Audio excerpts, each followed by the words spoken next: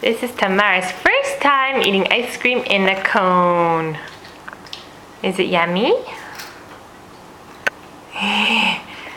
All by herself because her brothers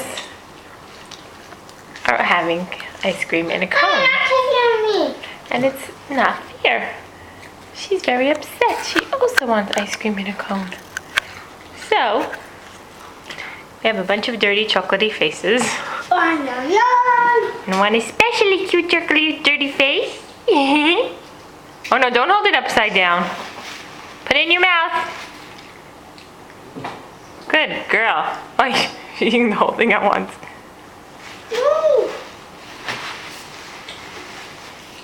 Hello, Mrs. Hello, Mrs.